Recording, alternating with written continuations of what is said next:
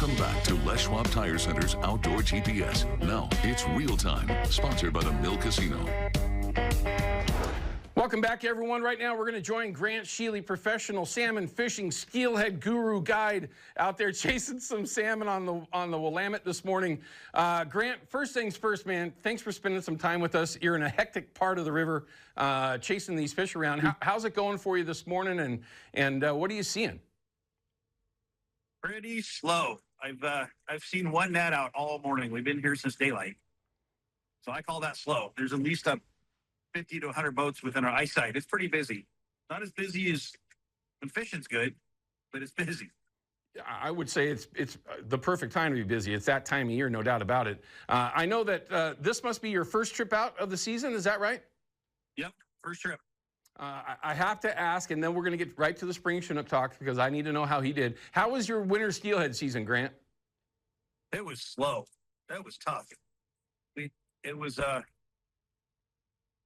awful. It made us we're pretty stressed out about how many smolts. You heard us complain about that. The ODF&W only put 50,000 baby winter steelhead in our river, so we're really complaining this year because it was really slow. Well, and again, I hate to bring up bad topics, but it was the same for myself and countless others out there. It was a very tough winter steelhead season. But now it's spring Chinook season. Tell everybody how you're doing it today. What are you actually doing to get your bites when you're lucky enough to get bit? We're back trolling diver and bait with the big 50 divers, letting them way out there with little bits of sand shrimp and a little bit of bait. This fishery's always put me in awe on how small of baits we use. I, for years, fought it, and we'd use great big baits. And sometimes I'd have a good day, but consistently got outfished over the long term. And a couple years ago, I finally gave up and started going to the tiny baits, and it's made me much more consistent. Can't brag about it today, but like I said, I've only seen one fish caught all day. Yeah, and it seems like we both kind of missed that bite up in Oregon City. Early on in the week, Monday, Tuesday, Wednesday, I was getting great reports up there from the egg bite. Temperatures have gone up slightly, but I want to go back to what you just mentioned as far as small baits and how you're actually going after them. So does that mean that you're necking it down to a really small hook, like a 2-aught or even smaller, or what are you doing to make sure that you got a good looking bait with those small baits that you're running? Using 2-aught and 3-aught finesse white gaps from Gamakatsu. Mm-hmm. And I seem to do best here if you just literally, if you let them swallow this bait, they do. The hook's so small, it's kind of tough to hook them in the lip. But if you let them be, they generally will swallow the whole thing and then just get caught. And I don't know if you remember a couple years ago when we hooked that fish while doing this with you. We actually had that fish on for 5 minutes before we went on to film because I wouldn't let anybody touch the rod. But I knew it swallowed it, and we landed it anyway. Let him eat. That's one of the things you got to confess. That's one of the things you got to do. I got to ask, man, why are you on your 225? What's going on with your kicker? Did it die on you? Because I keep, well, yes and no. The kicker's the not working perfect, but it's so much louder than the 225. I can hear you. Wait, it's technical reasons. Okay, well, then we all appreciate that. Thank you very much for thinking of us. We appreciate that. Okay, so based on what you're doing now, you're back trolling eggs and sand shrimp. And what that means, everyone, if you're unfamiliar, he's trolling. He's on the motor. He's not going upriver. He's letting himself slide backwards with a diver and leader length. Are you one of the folks similar to myself, I guess, that like the longer leader, 6-7 feet long? Yeah, it seems to be the ticket going real long and putting a couple of corkies, halfway down, a couple big corkies. Now, yesterday, unfortunately, I saw some folks that were up there using bow mounts and this and that, which is fine if you understand how to use it the right way. You could tell that they were new at back trolling in Oregon City with bait trying to target spring Chinook. For some of the folks that are out there that want to go out and do some of this fishing, any advice that you could give them so that they're not really making themselves putting themselves in bad situations? Any advice that you could give for someone to back troll for the first time up there? Don't quit moving downhill. You can go as slow as you possibly can, but as long as you're moving, you're going to go with the flow and you're fine. But those bow mounts, I want one. They're fantastic. But if you hit the stop on it, it'll just keep you steady. You might as well have your anchor out. It's going to annoy everybody else trying to back troll with you. I assume that's what you're getting at. Yes, it is. And one of the things that we all need to understand when we're out there back trolling, everybody's really has to work together. Now, obviously, there's times where somebody gets a fish on, things get a little bit crazy, they get hectic. That's understandable. We all understand that, especially when there's a fish on, or if a sea lion is trying to go after your fish, everybody will help out in whatever way that they can. But you have to play nice in the sandbox and understand, if you do what Grant is referring to, hitting spot lock with the bow mount, you're the guy that's causing the issue, because people are now having to try to go around you. They're unable to work their way downriver.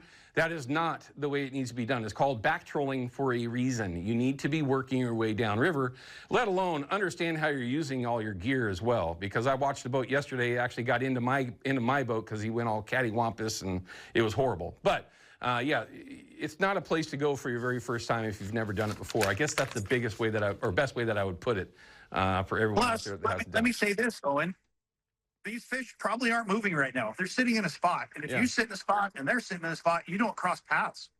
So if you're slowly going downhill, you're going to run into a pot of fish that's sitting there waiting for you. If you sit in one spot, you may never cross paths with those fish. Yeah, it's so a good point. mathematically, it doesn't make any sense to sit still. Yeah, it makes, I 100% agree. If you're going to back troll. Okay, so for the rest of the day, it's relatively early. It's 9:30. You're going to have a tide change that comes up sometime early afternoon, I believe, if I remember correctly. What's your plan the rest of the day? Are you going to stay in that area, or are you going to migrate to different areas?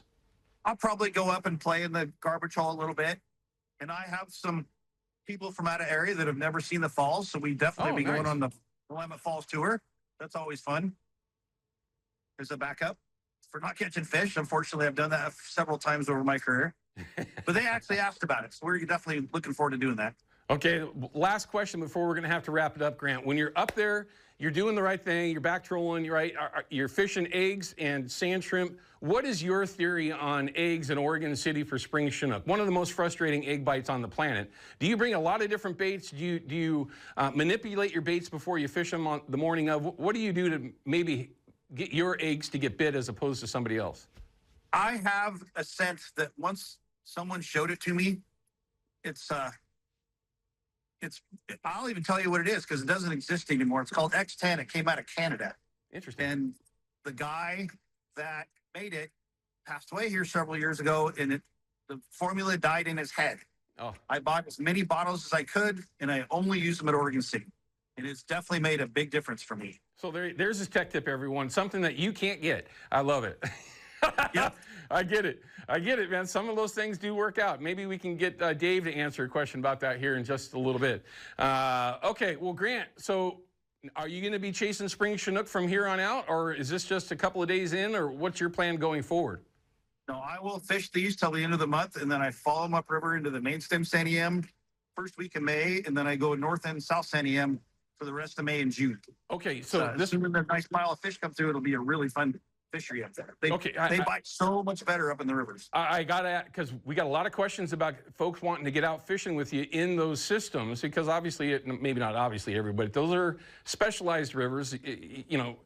They're not rivers you're just going to go drop your boat in and be successful. It's a good idea to go with a guide, and Grant would be highly recommended. What's your availability like for that particular fishery? I have quite a bit of availability. I'm set up to take more people this year. Oh, you are? Yep. Well, listen, everyone, if you're able to do so, I would highly recommend a float trip with Grant down in the upper Willamette system, upper Willamette system. Beautiful area, and he's got it dialed in. I had so much fun with you a couple of years ago when we had a chance to go out and do that with the folks from the CCA. I'd highly recommend that fishery with Grant. He's got it dialed in. And it's one of those fisheries that you really just have to get it dialed in to be successful. Grant, as always, man, thank you for spending a few minutes with us, just sharing what you're seeing out there. But no bites yet. We'll cross our fingers that that'll happen. Most likely, and this is the way it's been the last couple of weeks, as soon as we get off the phone with you, you'll get bit. Yes, I'll be sending you a picture. I hope so. Grant, thanks as always, man. Take care. All right, we're going to cut to a break. When we come back, I've got David Johnson from David Johnson's Guide Service here in the studio. And he actually brought me some of his eggs. Oh, they stink. I'm kidding. We'll be right back. Outdoor GPS is brought to you by Chevy Silverado and the impressive Turbo Max engine. Flex your muscle with the strongest, most advanced Silverado ever. Official truck of Outdoor GPS.